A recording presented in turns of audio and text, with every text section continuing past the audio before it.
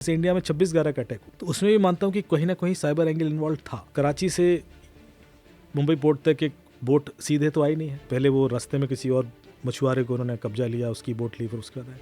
और इस पूरे एरिया में पेट्रोलिंग होती है। इसका मतलब है कि वो यदि आप सीधे लाइन पे आओगे तो प्रॉब्लम पकड़े जाओगे कहीं ना कहीं। जब तक आपको वो नहीं पता है कि कैसे आना है, कि आप नज़रों से छिपे रहो।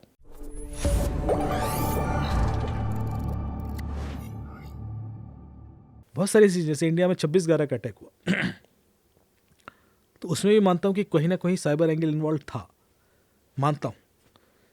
कराची से मुंबई पोर्ट तक एक बोट सीधे तो आई नहीं है, पहले वो रास्ते में किसी और मछुआरे को उन्होंने कब्जा लिया, उसकी बोट ली, फिर उसके बाद आए। और इस पूरे एरिया में पेट्रोलिंग होती है, जो कोस्ट गार्ड होते हैं, और उनकी जो बीटिंग होती है उसका पैटर्न रैंडम होता है। वो पहले से डिसाइड नहीं होता कि वो उस दिन डिसाइड होगा या उसके 1-2 दिन पहले।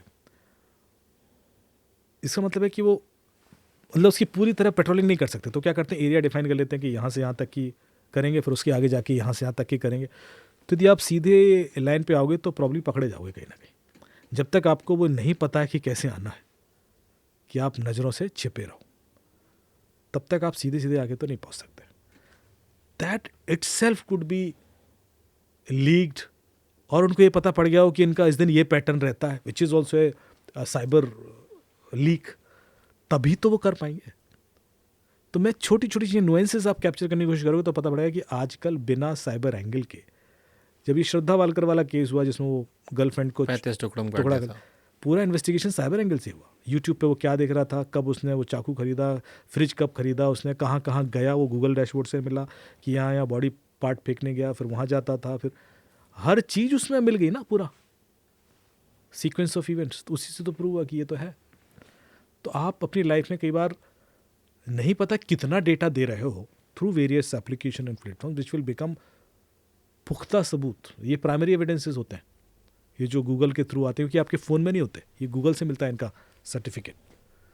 आपका फ़ोन बदलता रहे, टूट जाए, ख़राब हो जाए, डेटा कहीं नहीं जाएगा, डेटा वहाँ है, और उनसे पुलिस वाले मांगेंगे तो मिलता है, और उसके बाद सर्टिफिकेट भी मिलेगा, और वो कोर्ट में as it is primary evidence बन के पेश होता है।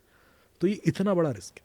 तो मतलब आपसे बात करके मुझे एहसास हो रहा है कि मैं अपना फ़ोन कूच के फेंक दूं, लैपटॉप नहीं, बंद कर दूं, जीमेल हमेशा के लिए डिलीट कर दूं तो मैं एक शांत ज़िंदगी जी सकता हूं जिसमें मेरा कुछ हैक नहीं होगा, कुछ ब्लैकमेल नहीं किया जाएगा, मेरा पैसा कोई लूटेगा नहीं। मैं रादर और बड़ा स्टैंड, देखिए आपका कुछ हैक हो भी जाए तो क्या बदलने वाला है, यदि आपको पता है। बस इतना सा ध्यान रखिए। हम इस चीज़ का स्ट्रेस क्यों ले रहे हैं? यदि आज की डेट मुझे बोले कि मेरी लोकेशन हर जगह पता, सबको पता है, तो मुझे कोई स्ट्रेस होता नहीं। ठीक है, पता तो मुझे इसका कोई रिस्क नहीं, मुझे नहीं लगता। हो सकता है किसी को लगता भी हो। यदि आपको पता है कि आपकी फाइनेंशियल रिकॉर्ड्स बाहर हैं, हाँ ठीक है, आपके हेल्थ रिकॉर्ड्स बाहर हैं, हाँ ठीक है, बिकॉज आई नो इट। शायद मैं नहीं जानता और फिर कहता पता, मुझे ऐसी चीज़ पता है, तो मुझे खतरा होता।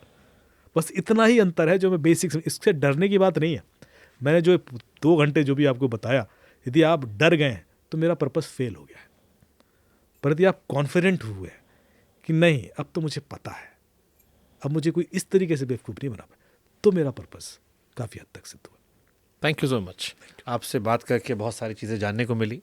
उम्मीद करते हैं अगली बार जब हम मिलेंगे तो सब्जेक्ट बेस्ड चीज़ों पे हम विस्तार से और चर्चा करेंगे। हमारी कोशिश थी कि पूरा रायता समेट लें एक मिक्स वेज बनाएं। नहीं, इसीलिए, और हाँ मैं इसलिए बोलूँ क्योंकि कई बार होता है कि लोग कहते हैं कि सर आपने वही कहानी सुनाई।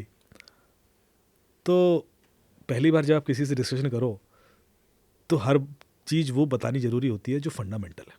एक बार आपका फाउंडेशन बन जाता है, देन यू कैन इवॉल्व। यदि मैं आपको बेसिक्स को स्किप कर दूंगा, कई बार मैं स्किप करने की कोशिश कर रहा था, नहीं यू ट्राई टू, नहीं सर यू क्लियर करो क्या IPDR क्या होता है बताइए।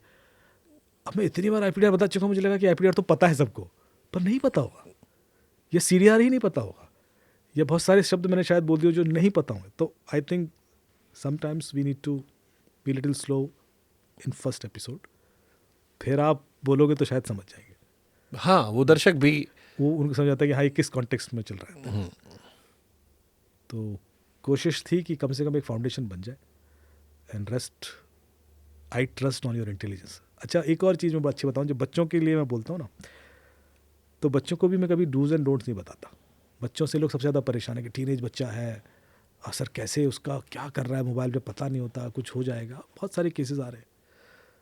तो मेरे को बुलाते हैं काउंसलिंग कर दीजिए, तो मैं काउंसलिंग करता हूँ और मैं उसको कुछ डोंट्स नहीं बताता और काउंसलिंग करके आ जाता हूँ, क्योंकि हमारे दिमाग में डोंट्स प्रोसेस होते नहीं है। मैं आपसे कहूँ शुभंकर जी, डोंट थिंक अबाउट एलिफेंट, हाथी दिखाई पड़ेगा। तो सबसे पहले हाथी देखेगा। बच्चे को बोलो डोंट रन तो वो दौड़ेगा। आप बोलो गो स्लो तो शायद रुक जाए। ये मेरा स्टाइल है। तो मैं उसको सिर्फ ये बता देता हूँ कि बेटा रिस्क क्या है, रोब्लॉक्स का रिस्क क्या है, पबजी का रिस्क क्या है, और लास्ट में जाते जाते बोलता हूँ कि ये रिस्क है, अब मैं आपके इंटेलिजेंस पे ट्रस्ट करता हूँ कि आप सही निर्णय लेंगे। The moment you give responsibility to them, I think बच्चे तो इतने समझदार हैं, तो यही तरीका यदि इस्तेमाल करेंगे तो शायद हम कुछ हद तक कंट्रोल कर पाएंगे। बंद करने से कुछ नहीं होगा, तो मतलब नेपाल हो जाएगा बंद करने से। क्रिमिनल तो आपको मारेगा ही, आपकी जिम्मेदारी है बॉडी संभालिए। आपकी जिम्मेदारी है। हैकर तो हैक करेगा ही, आपका सरदर्द है, आप फोन संभालिए।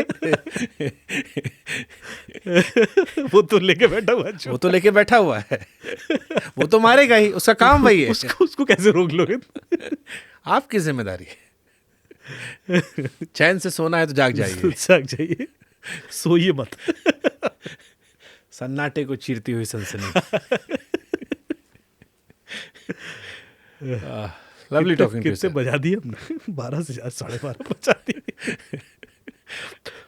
अच्छा, जो ये फ़ोन चोरी होते हैं और लोग कहते हैं गफ़ार मार्केट में जाओ सारा मामला रफा दफा होता है, हाँ होता है। ये क्या हिसाब किताब है? हमसे बहुत लोगों ने कहा कि चोरी फ़ोन गफ़ार मार्केट बहुत जाता है दिल्ली में, जाते आप, और ये मैं और नहीं, IMI भी मिटा देते हो।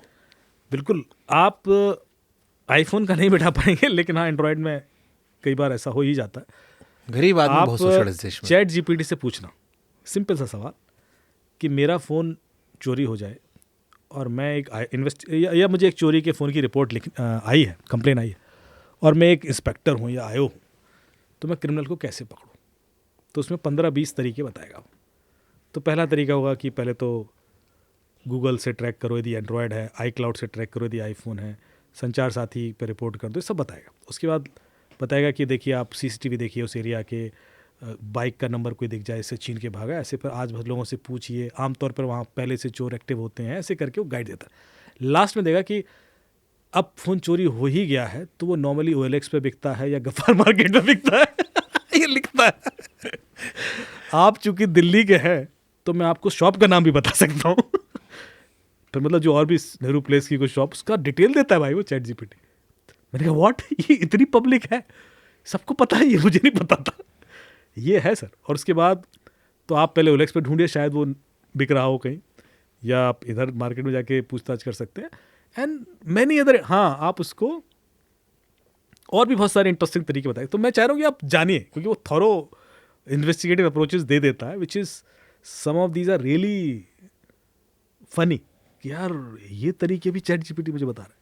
बट फ़ोन वापस मिलते हैं सब में? हाँ हाँ, तो आप जब संचार साथी की वेबसाइट पे जाएंगे तो वहाँ पे डेटा है कि करीब आई थिंक 12 लाख फ़ोन पिछले साल रिकवर हुए हैं, 24 लाख ब्लॉक हुए हैं, ऐसे करके कुछ डेटा है। करती है हमारे देश में पुलिस प्रशासन ऐसा काम?